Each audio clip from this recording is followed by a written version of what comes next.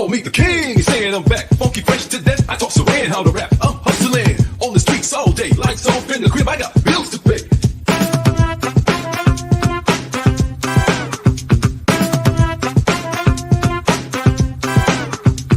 Old school, old school, old school, We keep it easy all day, just like that. cause now we rockin' our way. Just like that.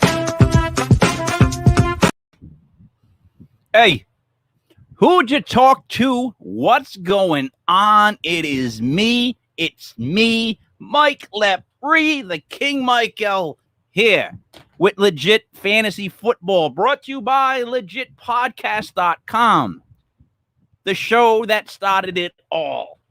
Basically, we're going to tell you who to take and who not to take in fantasy. We're going to eventually tell you who to bet and who not to bet in regular football. So we're going to make you money no matter how you look at it. And when I think of making money, genius Kev. Kev, how are we tonight? Hey, doing pretty good, King. The football prep is in high gear. I'm listening to tons of podcasts. It's the spreadsheets going, math, narratives, everything. So looking forward to the show tonight because we're pushing right up on the start of the season. Yeah, it's getting to the point where I don't know about you, but I had that little lapse right before the draft, like a fantasy league draft, where I take some time away from fantasy football for maybe one night because I'm being fed with so much information that I just kind of want to sit and let it ruminate and figure it all out because there's so much going on right now. I mean, there really is, And Yeah, speaking of a lot going on, and Kev, hopefully he'll be ready in time. I'll give him a couple more seconds. But here he is, Mastradamus. What's up, Matt? What's going on, guys? I actually already went through 2 fantasy drafts, believe it or not. I got a call the other night. I was with my little boy, and I had no plans on going anywhere. They were like, Matt, where are you? And I was like, what do you mean? They're like, you're supposed to be at Buffalo Wild Wings. Are you drafting? If not, we'll just draft your team. We'll call you. And I'm like, no. I said, I'll be there in 10 minutes. I swear I had not studied. I had not studied. I was so nervous. I feel like I knocked it out of the park. I feel like I did a damn good job. Honestly, though, there's nobody that is hated more than the guy that has to be called for his pick because he's got some other place to be at, and he thinks it's our obligation to contact him and be like, your pick is up. And they're always like, who went before me? It's like, I don't want to do this. I mean, Kev, you probably get that the most. You probably get that the most, right? Yeah, because I'm getting texts from people. Oh, I got kicked out of the draft room. I'm getting chat messages, everything else, and I'm trying to run my own draft. And when rolling back picks, it can become a mess. So rolling back picks is by far the worst thing that's happened to our league. For some reason, these guys, they 5 minutes or 15 minutes, however long it is, isn't enough for them to pick a player. So something happens and they pick somebody, right? They'll wait 2, maybe 3 more picks later to say, I didn't draft Gronkowski. That's not who I wanted. I wanted so-and-so. Roll it. I mean, we got to roll everybody's picks back so you get to see who everybody wanted in front of you. You know what I mean? Like after you and whatnot. Hate it. The problem is that the draft room we use has been so bad over the years that it's a legitimate excuse. You could say, no, I picked so-and-so, but it still clocked me out. And what am I going to say? No, because it's happened to all of us. That draft room was awful for a couple of years. It's probably stable now, but it's hard to, with the precedent's been set. I think the best part about that room is, how you can change the voices of the people that tell you the info? There's a guy named Shouty. Shouty? He's like, you're up next. It's like, oh, all right, whoa, all right. Hey, okay, Shouty, I get it. You know what I mean? So I want to just – I'm actually going to go – what I want to do is I want to go around the whole NFL, and we'll pick apart some teams, come up with some guys that we would draft early, maybe some guys that other people don't know about. But let's start with the trade from the Patriots to the Rams. Matt, you're the resident Patriot fan. Is this kid is he going to fit in? Is he going to be a running back for the Rams or what? Sony? Like I said, how do you pronounce it? Michael? Sony Michel. Sony Michel.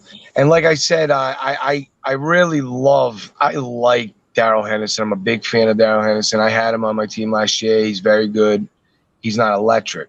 Like I said earlier in a show, I hated what happened with Cam Akers. I said it. I said it was the death of the Rams.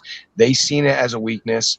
They needed something a little bit more than Darrell Henderson. Anybody who drafted already, and they got Henderson thinking he was going to be a lead bell cow.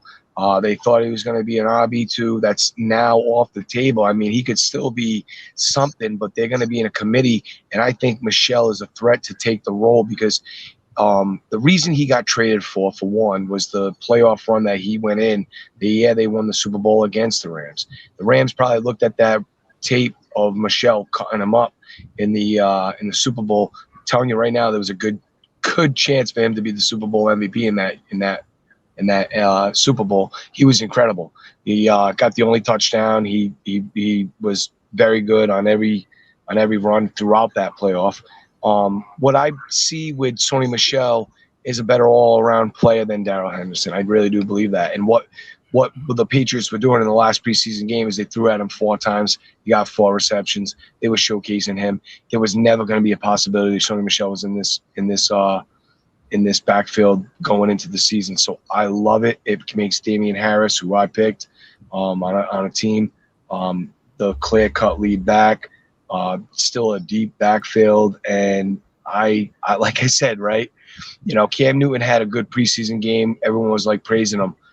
I said that this was going to be a short lease, and now all of a sudden, even after that game, nothing's happened since.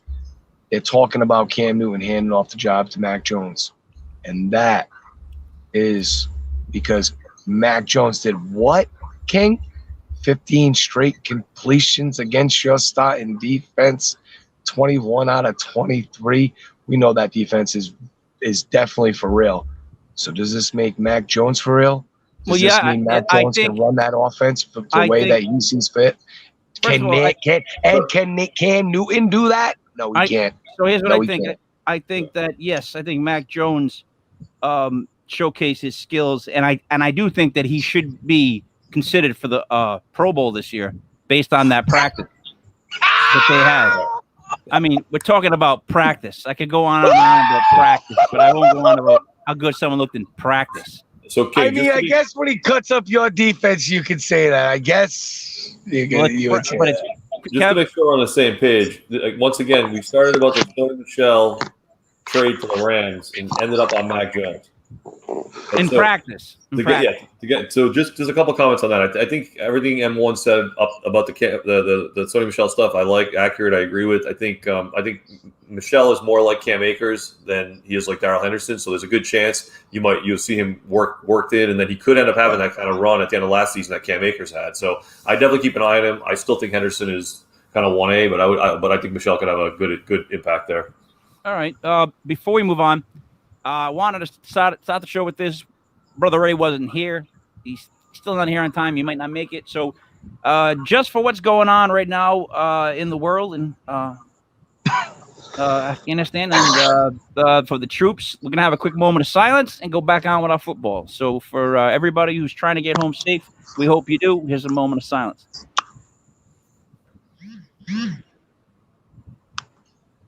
All right. I hope they make it. I really do hope everybody gets out of this safe. Guys, so let's stay in the AFC East while we're there. Now, the Miami Dolphins, starting running back. That seems like that's so up in the air to me. I don't know. And maybe I'm wrong, but like, if someone says to you, are you going to draft the Dolphins running back? Yeah. Who would you draft? Like, Myles Gaskin. Okay. Why? Why is he going to like? Why? I know what I'm asking is, what separates him from the other two backs they have, or at least like, I don't see any separation from anybody. There really is not much. I think that they got a really loaded backfield. I like Ahmed. I like the other kid. I mean, we've seen Ahmed in actual NFL game action, so we've seen what he can do. I think that they're all serviceable. But just like with Cam Newton, like I said to Brother Ray, I feel like this is what you do, right? The locker room is this. You win over the locker room by being what you would like to be, perceived as. And if you're going to be a leader and you're going to allow this person to lead, right? It's like having a workforce. If you have this guy that comes out of nowhere and all of a sudden he's the boss, you'll be like, How Right. did that happen? You But have wait. to have this person fall on his face, lose his job, and then replaced. So, Kev, Yeah. with sticking with the Dolphins, right?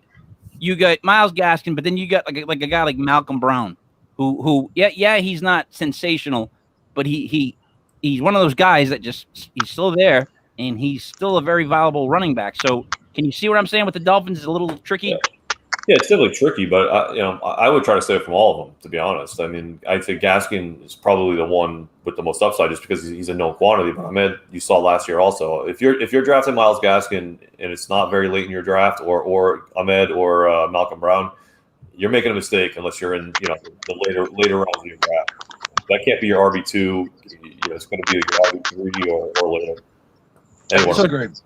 So basically, we're saying to stay away from the Dolphins' backfield right now. Yeah. So we and figure maybe out. every season one of them gets hurt and it gets a little more clear. And then you get the narrative stuff like supposedly Flores loves Gaskin, but that's just training camps. That's just training camp stories. So if you can get somebody to take him too early, you win, because that's another player off the board that you get a player in a better slot because someone in front of you made a bad pick. So I would say. So you say stay away from them. Now, what about their wide receivers? You got Devontae Adams, right? And you got Waddle. You got what's that kid's name? Percy Parker. Williams Parker. Yeah, Preston Williams. Preston Williams. So tell me, what are the big names? Like, who are the guys that we should look for, and who are the kind of the sleepers out of that group? Like, where do you guys put all those guys? You went right to tight end. And Gesicki. All right. So where do you put like Adams? Devontae Adams? No, Parker, you mean? Parker. My bad. I keep doing that. Parker. I wouldn't even look at him this year. I seen somebody draft him the other night, and I was kind of baffled. I look at him as like a third or fourth option now. He's going to be a damn good third or fourth option. I got Waddle with the Dolphins. I got Waddle number 1, Fuller number 2, and now you got Parker, who's never proved himself yet in the NFL. He's showing flashes, but what's that really? We've seen flashes out of a lot of people. They move quickly, and now he's really moved down the chart. So if you draft Parker and you think, you're going to do well with him in fantasy, I don't think so. But I don't know if I would put Waddle first, Kev. Your thoughts? I'd probably put Fuller first, because I think he's a more explosive player. Well, we know he's a known quantity. We know he's explosive. I think Waddle, if I was drafting Dynasty, he would definitely be the only one I'd probably touch on Miami. Well, I'd probably touch Waddle, then Fuller. But the other two, I think you're going to waste time. Like Parker has been one of the most frustrating guys. He has so much talent. He's always hurt. He had one portion of the season that was decent, signed an extension, disappeared again last year. So I would stay away from him. I would the other guy, Preston Williams. I think everyone likes him. He just doesn't show up enough. So I'd go Fuller. Injured. But he's been injured. Yeah, he's been injured. I'd Fuller first, but Fuller's been injured all training camp, and he's suspended for week 1. So he's back now, though. No, he's warming up. He's ready. Yeah, he's warming up, exactly. But he's had no. The car's getting warm. Yeah, it's always warm. It just never dries much. It's a messy wide receiver room. That's the weird thing about Miami. We just said their running backs are a mess, their wide receivers are a mess, but everyone's high on them somehow. And 2 is unproven, but yet everyone's high on Miami and their win total. It's a very interesting position. So, can I tell you what it is about Tua that bothers me and scares me a little bit? He's prone to making little lob passes. Like, his lob pass might be one of the worst looking lob passes I've ever seen a quarterback throw. It literally looks like there's no power. Have you seen what I'm talking about? Like, if he's on the run, he'll just like flip it. Flip. Oh my God, there's nothing in it. Like, there's no power. It's way too much finesse. That ball's not going to make it there a lot of times. Every time I watch him, I want to be impressed. And I come away thinking, I don't like the way he throws. I'm just not a big fan of him. Not yet, at least. It doesn't seem like he gets it. I mean, would you draft him high? No, right? No, I wouldn't. But I wouldn't draft him at all in fantasy. Yeah. It's all right. So moving on to Can I just talk about what's that? I do want to say what Matt Strada said about Gesicki is probably accurate. He's probably the only one that I would take seriously out of that offense. I think that's I like him. He's got a ton of talent, and I think he could probably make a little bit of noise. But again, he's probably tight ends, somewhere around 8 to 12, and you need him to hit a little bit to make it worth the pick. Yeah. So, all right. So that's Miami. Let's move on to like Buffalo. So Josh Allen, that's like a top 5 quarterback right there in fantasy. Yes. Absolutely. Oh, Yes. yeah, 100%. All right. Let's look at running back. If I ask you number 1 running back in Buffalo, Kev, if I say who's the clear-cut number 1 in Buffalo, and who would you tell me? I would say Josh Allen. But I'm being smart ass. But there is no clear cut number ones. Zach Moss was winning the job, but Moss got hurt. So that sets him back a little bit. Devin has been separating as of recent, and he's been undeniable. They're saying that he's been the clear cut one. Zach Moss has been taking a back seat. So if you're looking between the two of them, draft Devin Singletary, he has taken the lead. Let me ask one question. Who's they? You keep saying they're saying. Who's saying? If you read up reports coming out of Buffalo, they read up report. I would never read a report coming out of Buffalo. Well, I'm just letting you know. I've already been drafting. I look at Devin Singletary's card. If you go into Yahoo right now, not to give any props to competition, but they already are doing their thing. You read reports coming out of Buffalo. They're loving what they see out of Devin. He's been the clear cut back as of late from Buffalo, so he's going to get the first dibs at the job. All right, but I'm going to say this: that's the second team in the AFC East that I'm not settled in for a running back. Like I don't buy that running back either. That situation either. Does that make sense? Yeah, it's a tricky situation. It's a tricky situation. Absolutely not. No. Could you stop talking over Kev? What is it with you? Why do you talk over to Kev? They drafted Moss last season in like second or third round, so he was a decent pick. But the other thing to remember is Buffalo had like the highest pass rate on first down. Like they don't run a ton.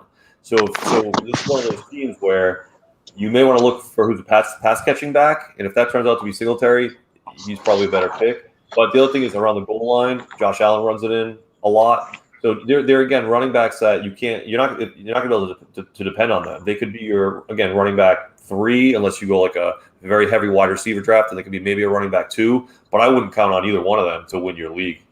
All right, so let's jump to the wide receivers, and then we're going to bring in a coach.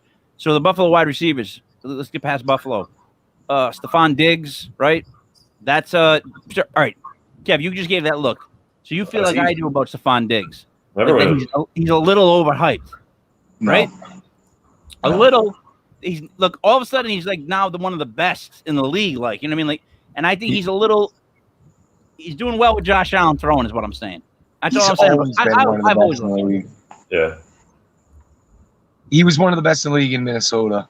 Yeah. We were all just speculating how it would work with Josh Allen because he's just never been accurate. It was sensational. It's going to be it's going to be the same thing. So is he top 5? He's not top 5? Top 3. Top 3. What? Top 3. Wow. I would say, he's definitely top 5, and I would even agree with M1 and say he's top 3. I mean, I think he got like 40 or 50 more targets last year than he had in Minnesota. Like they actually used him like he's supposed to be used, and Allen had that huge step forward, and it was so this year obviously they lost John Brown. So that's going to be a little tough. But they still have Gabriel Davis. They got Sanders. But if the defense doesn't know when a pass matters, it's going to Stephon Diggs, then they're not paying attention. So you would think they would roll the coverages even more that way. But again, I think he got 190 targets last year. So if you didn't figure out the ball's going to Diggs last year, you're not doing a very good job as a defensive coordinator. So I think he's going to have another monster year. I think the guy that's going to have a huge year is Knox, the tight end. Oh, tight end. Because they need a guy that's going to be, available for Josh Allen scrambling in the shorter patterns, right? And Knox is a big target. Knox is good. I like the way Knox plays. Yeah. All right. We're about to move on to the Jets, but before we do, let's bring in the coach. Coach TJ, how are we tonight, Coach? I thought you guys liked me, like, overall as a person. I sent you the link, Coach. I just figured we had a good thing going here. But then, like, how you hate somebody is when it's like, we're going to talk about the Jets. Here's my guy. Like, I mean, Not like, oh, I mean, it's getting worse than that on a football show is to be like, hey, we're going to go to the Jets. Here's some idiot to talk about the Jets.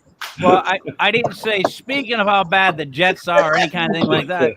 You know, but here's the thing. So far, we've gone through Miami and Buffalo, and we haven't found the running back that, in my opinion, that's a solid get in fantasy, right? So now we move over to the Jets, to which I ask, who's the Jets starting running back this year, and which running backs do we care about with the Jets?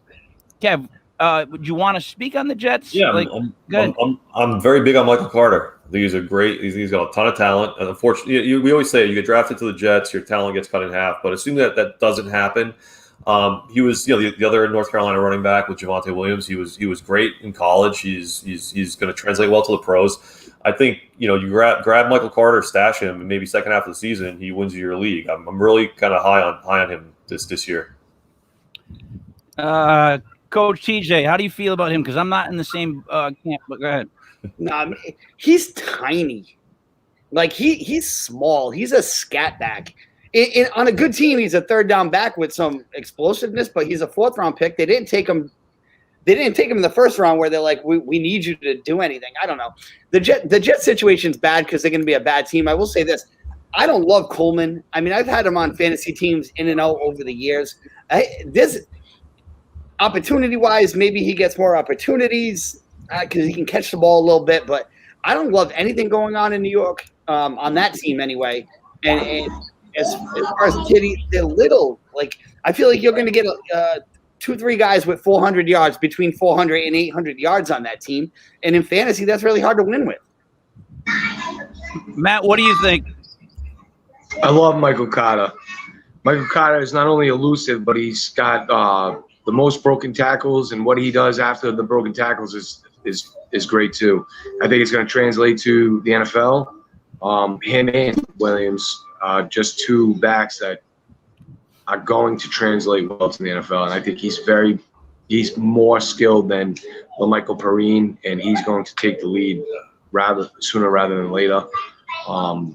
Is it something that I think that is going to benefit your fantasy team? Not necessarily. They're not going to be scoring lots of points. I could be wrong. Hopefully, I am. And Zach Wilson is lighting them up, and people are picking them up on waiver wise. But if you're going after one of the 2, I would be taking Michael Carter. So, all right. Don't you feel like there's not going to be enough chances for him to score touchdowns?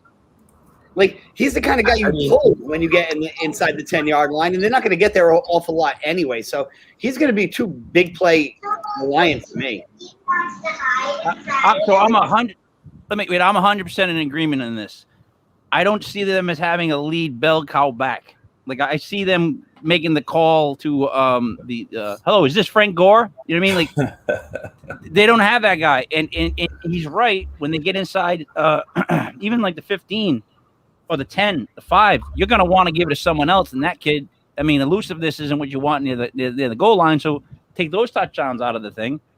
I just see those backs all fighting for more yards, and that's a 3rd team in the AFC East to me that doesn't have a clear-cut number 1 that I would go out of my way to draft. See, if we're going to do this backfield would be the kind of backfield where some bozo in my league is going to take one of these 2 guys and say, well, at least I've got the number 1 running back on the Jets, whereas I'd rather take the backup to a real running back, and then if the guy gets a chance to play, I'll get some actual points. Like this feels like an amateur play to take a backfield guy from here, so I can.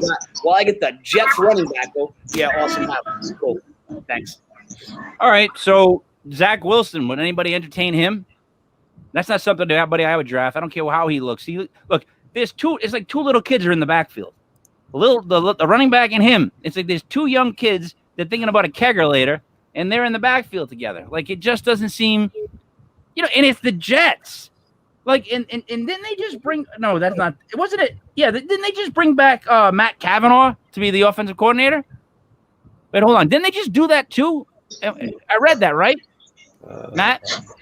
You guys are saying there's nothing good about the Jets this year. You got to tell me that Corey Davis you wouldn't put on your team? Oh, when I get to the wide receivers, I'll bring him up. But my thing is – his stock drops a lot because of Zach Wilson, because of Michael Carter, in my opinion. Like, I don't see this offense being the scoring powerhouse. Again, I think it's the Corey Jets.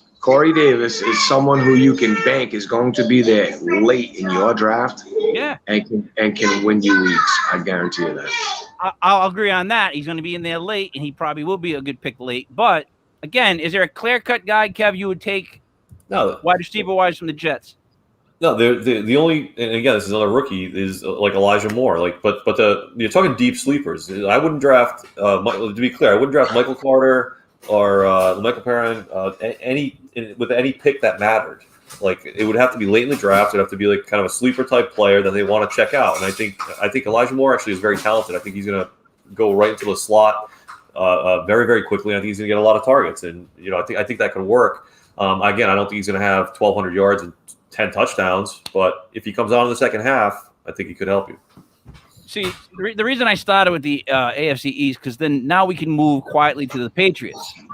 And again, I ask, as far as running backs for the Patriots, who's their starting running back, their main guy, their go-to guy, the one you're so sold on that you would draft? TJ, you want to go first? Because I know Matt will have somebody. Well, I mean, this is why I take running backs in the first and second round in fantasy drafts, because when you get down to, you're just talking about the AFC East, and it's like, I don't want none of these guys. That's my point. Like if you're ending up in the Damian Harris, James White world to try and fill out the second running back, or anybody on the Jets, like, you kind of done screwed up your team, like you really do. I guess if I had to take one, I don't really follow the Patriots as closely as you guys, but to me, it's Damian Harris. Like, to me, that's the guy. I mean, they made room for him to get some more carries today or yesterday, so I guess that's the guy if you have to. But being in New England, someone's going to take him in like the third round in my freaking league. So yeah, go ahead and have him too. But what do you say, Matt? What do you think? I think it's disrespectful to talk about Damian Harris as possibly not being the clear-cut starter or being a potential threat and being taken on somebody's team. He had over 5 yards of carry last year. He played sparingly like most Patriots running backs do. This is his backfield. He did just get Sony Michel out of here, but that was going to be the case regardless. Sony Michel was not going to be there. He was probably going to get cut. We're happy to get a fourth-round pick. If you get Damian Harris and he's on your bench to fill a possible role, you're very happy. If you get him on your bench, if you draft him later in the draft, I would take him as an RB2. He is an RB2, absolutely, all day. Kev, I think I would barely call him an RB3, and I'm being serious. They're out of your mind, and we'll revisit this in 3 weeks, 4 weeks, because that's what they're going to do. They're going to start out 3-0, going against the Tampa Bay Bucks. He's going to have probably 3-4 touchdowns. Remember this on, and then 3 weeks before. Bill will find somebody named like Stevie. Stevie. He's the biggest back. He'll be the new running back. He's the biggest back on their roster. They don't have anybody equivalent to his size. Right. He is belt now. We know a few things, right? We know that Belichick does committees. We know that James White is going to play every single passing down, and we know that if Cam's the quarterback that he's going to take carries away. So the ceiling for this guy is what? Maybe scratching 1,000 yards? Maybe. Not even like an 800-yard runner. Maybe it is. That's your RB2. This season, he caught the most passes. He has been shown to receive the ball off the backfield. He's an every down back. James White wasn't even allowed to come back unless he took what they wanted to give him. James White is very, very important, but he wasn't even part of their offense last year. The guy caught 5 balls last year. 5 whole balls. But he's ready to – he's an every down back. And James White was not part of the offense last year. They did not throw the ball to the running back last year at all. Kev, I'll have to kick it to you. I mean, I see, again, that there's another backfield. That's why I did the AFC East first. You don't have anybody that you really want to. This isn't anybody you're gonna go crazy to draft. If I were gonna, if Harris was around when I was looking for RB2, RB3, I'd consider it based on who's out there. He's definitely not lower than that. You got to remember also James White's another year older. I agree with them that Harris can catch passes, but you also Ramondre Stevenson's there too, and he's 6'2", 246. And if Bill decides he wants a hammer, that's the guy that's going to be the hammer. So that's that piece. And the second thing is if the quarterback does change and Cam Newton's not running the ball, then there's more is going to go to Harris than you would initially expect. So I think he would be probably RB2, RB3, somewhere on that borderline. All right, so then let's that, guys. Time tells you over Belichick's run. I mean, how many times in the last what's Belichick been there? 25 years, 20 years? How many times have they had a top 12 running back? 4 out of 25 years? I don't like those odds.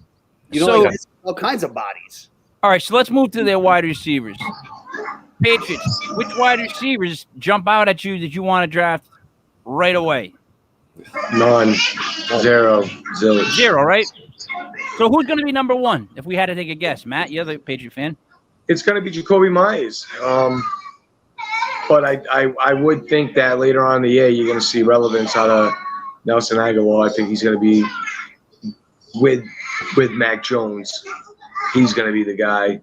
I do think, Mac Jones lit up the Giants deep double coverage with Jacoby for a 52-yard touchdown against their signed defense the other day. And I do think he'll go along with Jacoby, but I think the long ball goes to Nelson.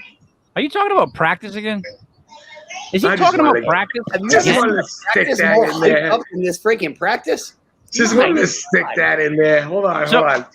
Wait, wide receivers, no. Quarterback Mac Jones, you're not going to take him, right? No one's taking Mac Jones or Cam Newton early. So in this AFC East, to me, you got a lot of garbage. Like I can almost remove that division from my draft, my fantasy draft, because there's no stars in that division, is there? We just went over it. There's a bunch of backfields by committee. I mean, anyway, Kevin. Most teams have backfields by committee now, but the 4 teams AFC East, you're right. There's not anybody you should rush to draft from that division as a fantasy star. But I think there's a couple of guys that have potential that we talked about on a team by team basis. So probably late round guys, flyers. If you think you have a little more insight than somebody else, but I wouldn't draft any of those guys crazy high. All right, Matt. Yes, if you're going with like a no tight end draft and you need one late, Johnny Smith. Johnny Smith would be great. I don't think Hunter Henry is going to be the one, even though he's considered the one. I think it's going to be Smith. I think Smith is the guy out the gate. And you know what? There's about 4 or 5 tight ends, 6 tight ends actually, and then you go into the second tier. But I think there's a lot of deep sleep tight ends this year, and I think that you're missing a few in the AFC East, like you said, Danny Knox, but I think Gesicki. I also think Hunter Henry late, Jonnu Smith. I think the passing goes through the tight ends this year in New England. I think we all know that. All right, so first of all, Matt, you said you weren't going to do it at Chuck E. Cheese anymore, but and cause these problems. But we'll let this last one go. I know you like it there. I know you like collecting tickets. Let's move on to a division though that has like running backs. NFL players. AFC South. Staying in the AFC. We're going to bang out the AFC if we can. Tennessee Titans. Kev, I don't even have to ask you about running backs, do I? For Tennessee, like you're probably going to be a little surprised. Like I would be very skeptical on taking Derrick Henry crazy high. Like the wheels have to fall off at some time. He can't keep getting 400 touches a season. Like all the studies you look on running back usage, he's broken every model, and I don't think he can go on forever. I think he's eventually the wheels are going to fall off. And if I had the top 5 pick, I would not pick Derrick Henry. Let me tell you something. The wheels fall off for everybody. Exactly. But he's nowhere near ready for his wheels to fall off. That guy is built like a Humvee with like a Lamborghini engine. Like he's in such great shape. He's one of those guys that I don't see that slowing down because he's got a burst. He can drop his shoulder. I mean, it's almost like when you make a guy in Madden and he's unfair that he's too big as a running back and he just goes flying by people. He's got a bit of Earl Campbell in him. So I don't see him getting hurt or slowing down. M1? It's crazy, right? Because what I'm about to say, you're gonna think I'm absolutely crazy. I say some crazy stuff, right?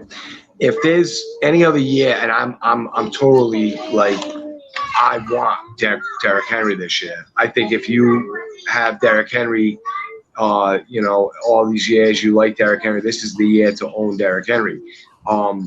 I honestly believe Corey Davis is probably better at this time in his career than an aging Julio Jones, and I think that through the year we'll see that. But right now, you have to respect Julio Jones on the outside as the one. I think A.J. Brown is the one. Julio Jones across the two. Julio Jones being a two is absolutely crazy in our minds. But help me stay with the running backs though. Like let's not don't. Well, don't get that's what I'm going to. I think that opens up so much. You cannot put 8 in the box for Derrick Henry. This is going to be a year he has more room to work with than any year before. I think that you're going to see big numbers from Derrick Henry. I think you're wrong, Kevin, for saying that you wouldn't use him on top 5. If I can get him at 3 or 4, I would take him over Kamara. I would. I don't. All right, sorry, Coach. You just heard them talk about different sides of Derrick Henry. You heard my take on him. What are your thoughts? Yeah, well, there's two sides. First of all, Kev's right. The math says when a guy has that many attempts, the next year he declines. I mean, that's just every study of every running back has ever happened. After you have a year where you touch the ball 400 times, your numbers come down. But that said, he's only 27 and he's only had 3 years with 1,000 yards. So it's not like he's been doing this year over year over year. I think it's going to be a massive year for him. And my main draft, I'm the 7th pick. I'm not going to see him, and I wish I did. He's going to be fantasy's number 2 or 3 player. And then next year he's going to fall off a cliff, Kev. So then, with that being said, Matt just named 2 wide receivers that are both. I mean, I don't know how fast I'd pick up Julio. Julio is more like a wide receiver 3, 4 maybe at the worst. Yeah. Right. But I mean, they got great wide receivers. I would think. Kev. Yeah, I mean, I love A.J. Brown. He's just a physical specimen. He's a beast. You can't tackle him once he catches it. Big fan of Julio Jones too, but Julio hasn't practiced in 3 weeks. I don't think he's practiced like this whole training camp. His whole career he hasn't practiced. Yeah, but he's in a new offense now with a new quarterback, and they're not practicing. He's not playing any preseason games. So I think Julio is going to be a little slow out of the gate, and I love him. I'm a big fan of Julio Jones, but I am a little worried that he hasn't practiced at all. But I think A.J. Brown is a guy. If I had to pick one of them first, I'd probably pick A.J. And I'm also worried about the fact that Arthur Smith is gone, and he was kind of the mastermind behind that whole offensive scheme. So we'll see kind of how it all works in 2021. Coach, you want to talk about their receivers quick? Well, the only thing about their receivers, because I like them both, is I don't care how many years he plays quarterback and puts up numbers. I can't trust a quarterback. Like, I have a hard time putting my chips in that guy's pocket and be like, hey, go ahead, dispatch, go play. Like, I like the receivers. I like the talent. I think there's a lot of opportunity for single coverage, but it's hard for me to they got to be my number 2, man. I can't. So you're still sleeping on You're still sleeping on Tannehill. So that's what I meant to say. I'm sorry. Excuse me. But I mean, that's what you're sleeping on. You don't believe in Tannehill. No. Well, what's he got to do for people to stop believing in him? How can you believe in Ryan Tannehill though? At this point, we know what he is. Like, I don't know. I like my receiver to go with a quarterback who's a stud. Personally, you know what, Coach? I cannot stand when the student has to teach the coach, the teacher. Ever since Tannehill has taken over the starting position over there in Tennessee, he's got numbers equivalent to Patty Mahomes. I know. I don't believe it either. You can't sleep on Tannehill. He airs it out. He was actually looking damn good in Miami. I don't blame him for what's going on in Miami, what happened in Miami. He was trending upwards. He can air it out. I like the kid. I think he's a winner. And I can't wait to see what he's got this year. Hopefully he makes Julio want to practice. You know what Tannehill is like? Here's what Tannehill's like. You know the fable, whatever, about the dog that's got the bone in his mouth, and he looks into the ocean and he sees another dog with a bigger bone, so he lets go of the bone to grab the bigger bone, and it splashes. He loses it all. That technically kind of Tannehill's that bone in the dog's mouth that people keep overlooking, but he just keeps putting up these stupid stats. Like his year last year was like, if his name wasn't Ryan Tannehill last year, you would be like, wow, what an unbelievable year this quarterback had. But to me, it's still hard. He's still him. He's still him. I'm sorry. See, you get stuck on a player's past, Kev, and it affects what you think about what he's doing currently. Where do you put Tannehill? I don't trust him either. Like, even last season was like, I think 3,300 yards or 3,600 yards, 33 touchdowns. I mean, that's good. It's not amazing, but I still think he's going to come back to earth. And it's weird, and you guys are right. that I probably shouldn't think about him that way. But if I were going into a fantasy football playoff week and Ryan Tannehill is my quarterback, I would not be confident. I just wouldn't. I would not be confident. Depends on the matchup. It depends on the matchup. Let me put it like this, you guys. Right now, AJ Brown's going seventh average draft position on ESPN. Do you really think you want a seventh overall wide receiver? Means you got to take him in what, the second round? You're going to hitch your train to that wagon in the second round? I had a kid draft AJ Brown before Justin Jefferson. I drafted Justin Jefferson. He drafted AJ Brown before me. I thought it was the biggest mistake, but we'll see. So, all right. So basically, with the Titans, we got about a mixed bag of reviews there, right? We move over to the Colts. Can I say one other thing, King? Just on the Derrick Henry thing. He actually had 400 touches 2 years in a row because the season before last he had 3 playoff games with a monster amount of touches. So if we're looking for that's why I'm worried about the wheels even more. He's a big man. He's like a ram. He really is not. Kev, I think he's not. A fair point, Kev. It's a fair point. When he gets tackled, he hits people, so it's tough with him. It's tough. So, all right, the Colts.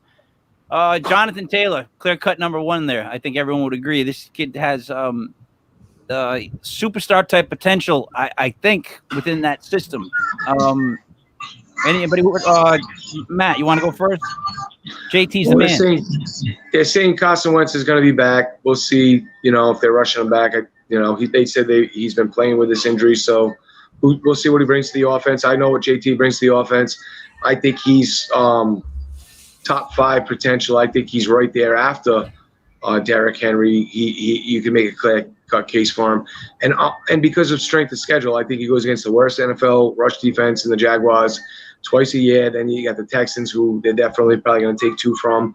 I like the strength of schedule. I think that they're going to be a nice, easy schedule. He's a running back that you're going to see probably potential double-digit points, 10, 15, 20 points every week. So, Kev, I kind of agree with that because he can be goal line. He can do whatever you need him to do. The line's banged up, and there really is no quarterback, in my opinion, right now.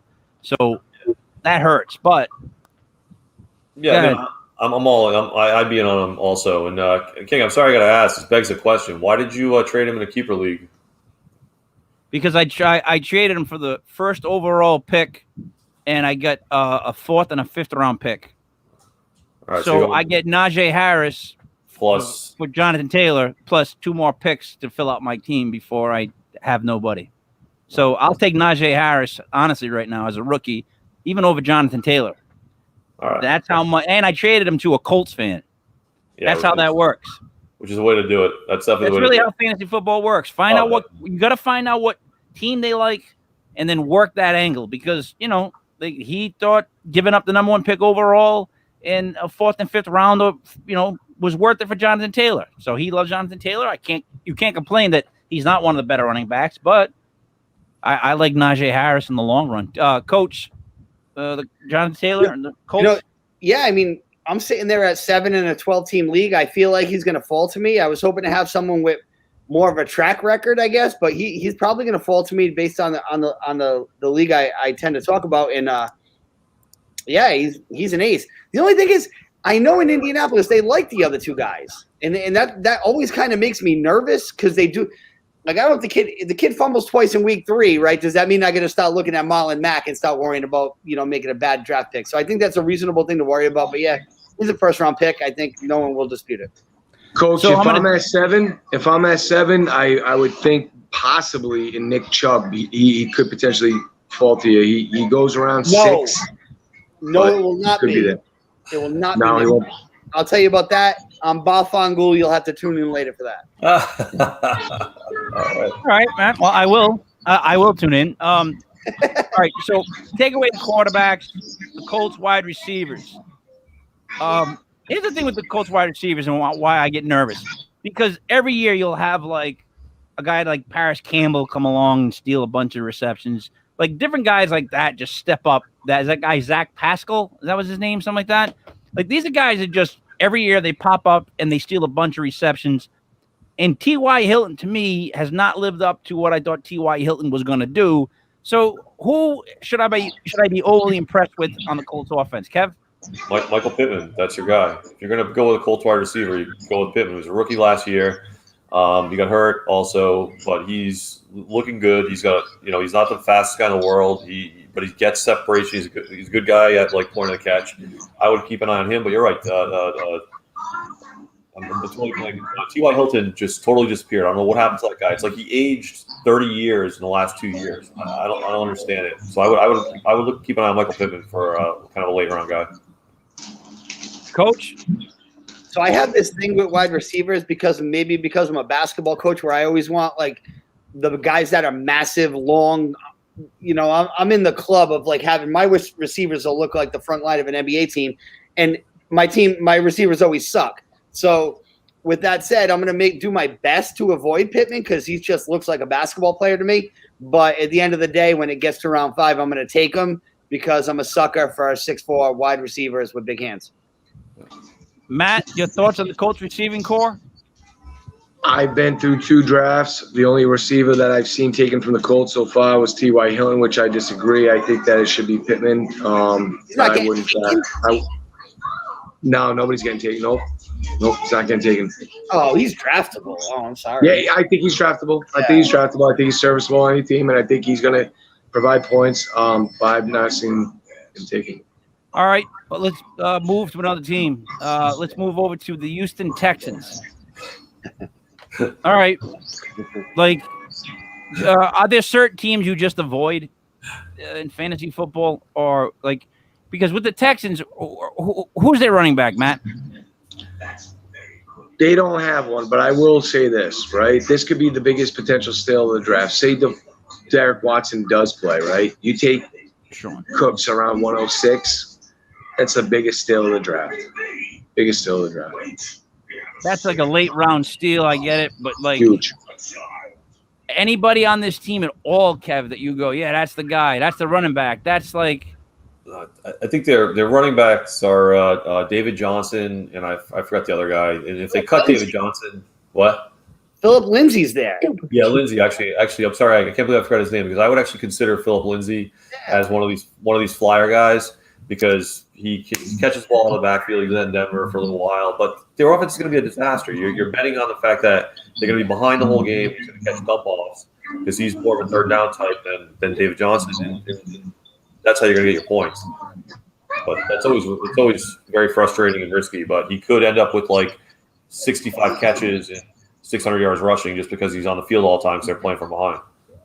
And then who's going to be quarterbacking? It's not going to be Watson. It's Watson. It can't be. He won't make it there. He won't make it. They won't let him play. He's not going to. It's. I don't know how, but I just know they won't let him play. Nothing has come down from the NFL, and nothing is going to take place until next year. So I think they let him play. There's too many cases. How can you stop somebody's labor when nothing has happened against him yet? You cannot. I don't see that as nothing. I don't see that as being a good precedent to set. Matt, we're stopping labor all over the country right now, but I don't want to go down that road. We're just stopping labor whenever we feel like it right now in this country. But I'll tell you this, Philip Lindsay, 2,000-yard seasons are already in his career. There's going to be a whole bunch of ugly games where there's screen passes and draw plays, and he's the kind of guy that can get you – because I had him one year in Denver when they were shitty. And you can get some points out of Philip Lindsay. You really can. I like him. He's going to probably end up on a lot of my teams because I think I overhype him. Yeah, I like him too. I mean, based on we basically just agreed on that. There's no way Deshaun Watson plays. Like they nailed Zeke for 6 games for a lot less. They Roethlisberger 6 games for a lot less. They're not going to announce any suspensions because they don't have to until regular season games start. As soon as regular season games start, he's going to be on the commissioner's exempt list, and he's not going to play this year. You know what's crazy? Imagine being one of the teams that plays the Texans in say weeks 1 through 4, and no word has come down yet. Like, are you preparing for the situation where he can play? Because you have to. He's a different kind of breed. Like he's a different. He's not even practicing. He shows up, but they don't even let him take snaps. He takes no snaps in practice. It's going to be Tyrod Taylor. That's what we're getting. And then eventually, what is it? Davis Mills, that guy they drafted in like the 3rd round. that I'm sure Matt and Brother Ray would rave about. That's another horrible team, right? That's just another chalk them up. They should be in the AFC East, the Texans. Just them and horrendousness, like at fantasy positions. Let's end with the Jaguars. They just lost Etienne, so that's a big shot. So it's now just it's Robinson. But Robinson was good last year, right? But is he going to be the main guy this year? Matt, you're already shaking your head no. It's not just James Robinson. They got Carlos Hyde there. Carlos Hyde now becomes where I don't believe he comes where Travis Etienne was being picked, because a lot of times Travis Etienne was being picked over Robinson, of course, because it would have been his job later in the year. But now you got Carlos Hyde, who's not being talked about. You're not hearing him. He probably won't be drafted, but he does have relevance because if James Robinson gets injured, oh my God. James Robinson is the number one clear-cut back. But Hyde will get touches. Yeah, but I'm not going to go ringing the bell for Carlos Hyde. I mean, what is this, 2013? Like, Carlos Hyde is always available. He's like that guy that you pick up as a free agent in every league towards the end of the year. Like, Carlos Hyde, Carlos Hyde was the nation's best back when he was drafted, and he was always serviceable. Every single time he's ever toted the ball, he's been a very good back. He's been in every team almost right now. It's funny, right? But he is definitely deserving of. He could be a clear-cut back on a team right now, and if James Robinson was to be injured, you would love to have Carlos Hyde on your team. It's tough to Kev. So two things. One, Carlos Hyde does become fantasy relevant in case Robinson gets injured. However, you cannot compare Hyde and Etienne. Not even the same thing. Not at all. Entirely different players. So whatever role Etienne was going to play is now disappeared. Like maybe Laviska Shenault gets more short passes. Maybe he lines up in the backfield and motions out, stuff like that. Totally different players, but he does become relevant because he's a clear-cut backup to Robinson. The other thing I do want to say about the Jaguars, I don't understand what Urban Meyer is doing. I don't know why he actually had a quarterback competition. He cost his number one pick, the number overall pick in the entire draft, half the reps of all training camp up until now. And as you guys know, the NFL Players Association made it so that you have very limited numbers of padded practices. And he gave half of the first team reps to Gardner Minshew, and there was no chance that guy was going to start. That's a huge red flag to me as a decision maker, as a coach, and how he runs his organization. That really, really worries me. Yeah, I don't like. I'm not a big fan of like a Kyle Shanahan who talks about how like there's still a quarterback competition, but that he knows. He's got a pretty good idea that he knows who's going to be the starter. It's like if you had a pretty good idea, you go with it from the start, like you said, and get that person as much snaps as you possibly can. When they do stuff like this, I feel like they're trying to show the rest of the team that, if there's competition at every spot. But in real life, there's not. And NFL players, basketball players, they know that. It's not open. They're going to give it to this kid. They drafted him first overall. Just let the kid take the snaps in practice at least. Matt, your thoughts on that one? Not good. I don't like the move by Urban Meyer. I think it's a sign of weakness, to be honest with you. And it's definitely not what an NFL coach should be doing. And it's funny that I'm sitting there saying it from my seat in my kitchen, but it's the truth. What he did was cut and limit Trevor Lawrence. And like you said, this is a Lamborghini against a Ford Escort. This isn't a decision that's tough to be made. So what he did was he really hurt his own team. So, Coach, are you of the opinion that this is going to change the kid's rookie year? Like, is he going to have less than as good as he would have if he played the whole? No, I think you guys are overselling it. Frankly, I think NFL practice, especially this time, I think all NFL practice since like the 90s is a bunch of bullshit, to be honest, if we're being serious about it. I mean, yeah, reps this, reps that, doesn't really matter. But here's where Urban Meyer messed up. In college, you can do that mind game stuff with recruits, and you can let the freshman recruit, the 5-star recruit, run with the first team in spring league and spring football. In the NFL, these guys are professionals, right? And I don't know much about Minnesota except that he's been in the league for a few years. He knows the writings on the wall. You don't have to play mind games with the guy. You just go in there and be a professional and say, look, this is what we're doing, and you're going to get the backup reps. Be ready when it's your turn. When you try and treat professionals like college players, And I think a lot of coaches in all sports do this. When you try and treat a professional man like a 19-year-old friggin' junior, then you're setting yourself up for some dissension in the locker room. But really, you guys are overhyping the practice reps, man. These guys do not barely practice. It's classroom talk, it's game theory, it's film work, and then they go on the field for 2 hours and throw the ball around. I truly believe that. See, the thing where I'm going to argue is I think that it's good to build up a rapport with your wide receivers. I think absolutely. the quarterback should get as much chances as he can. That's a freaking New England thing. No way. We saw last year with COVID, no preseason, what it meant to all these teams. There was a lot of teams that just were struggling. We had bad football last year. Practice is huge. No, first of all, they don't have that many. They don't hit. You can't touch the quarterback. You can only go for a certain amount of hours. You can only drink so much water. You got to take a nap in between. You got to have carrots on third down. No, we are under this impression because Tom Brady doesn't throw to rookies or people he doesn't know. So we think that you need all this familiarity. Every time Peyton Manning, they throw a new guy on the team, we throw 1,000 yards. Most quarterbacks will throw to who's open. Just because we're in New England and we think you're going to have rapport and chemistry and all that bullshit, it doesn't amount to 2 cents in the NFL. I definitely disagree because I think you're part of what you're saying makes the case against your argument. If you literally the Patriots have said they only get 11 padded practices before their first game. That's it. Crazy.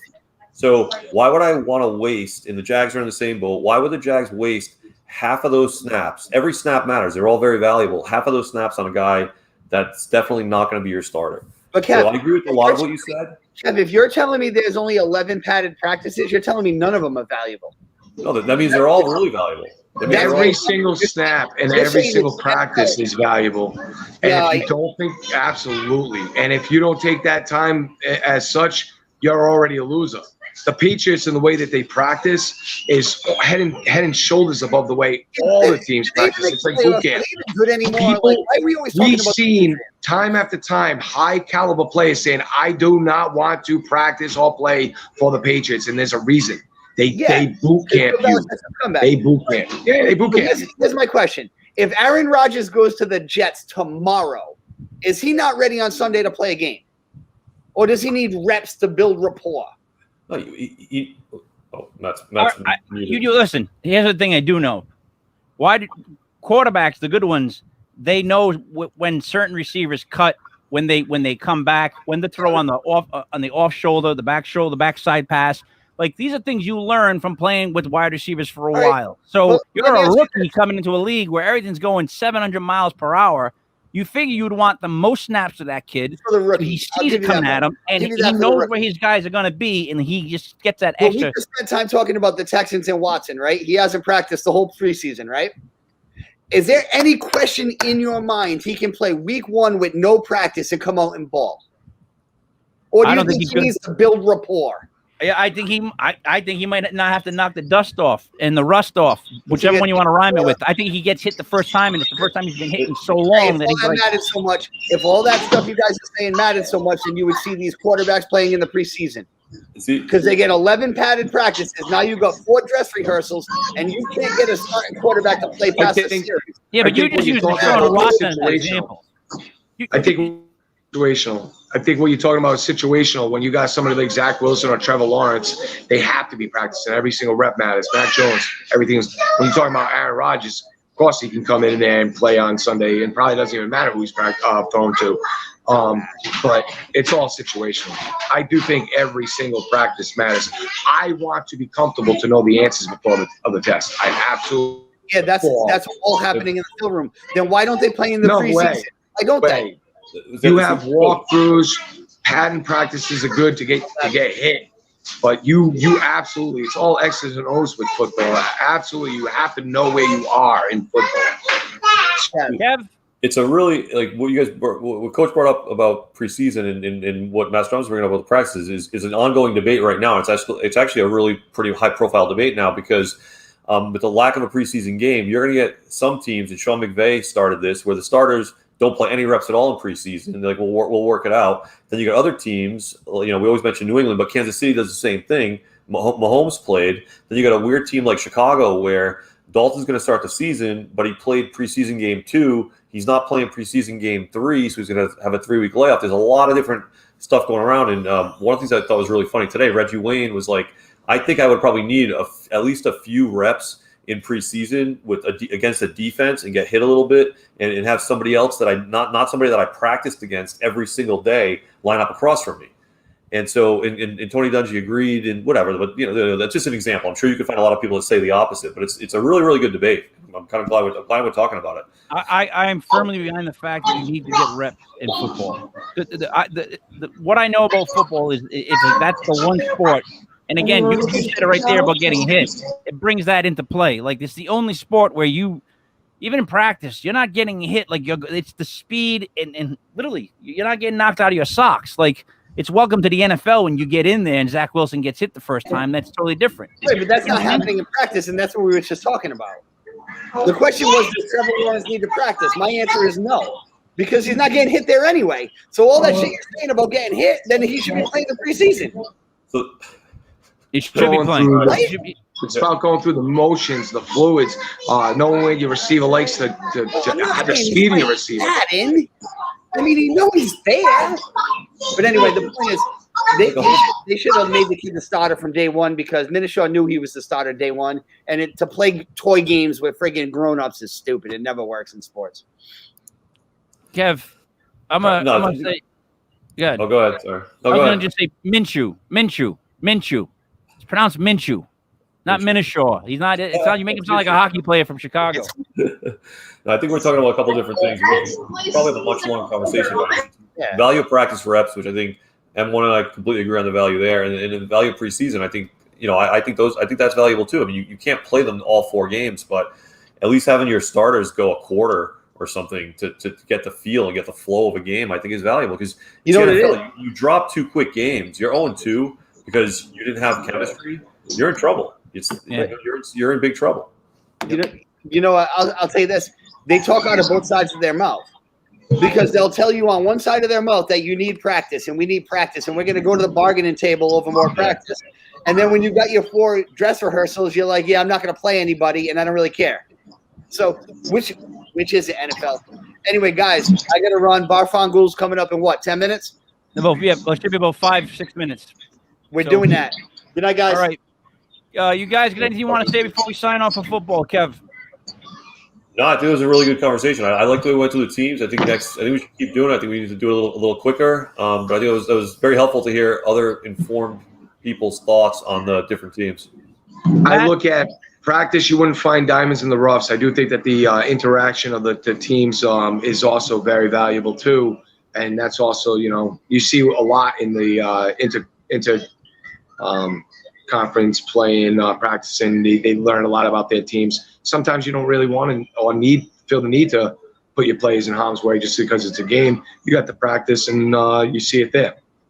Victor Cruz was a walk-on that scored three touchdowns against the Jets in preseason, then got hurt, came back the next year and lit it up again in preseason. And the Giants were like, we found somebody. Yep. And then he's salsering into the Super Bowl.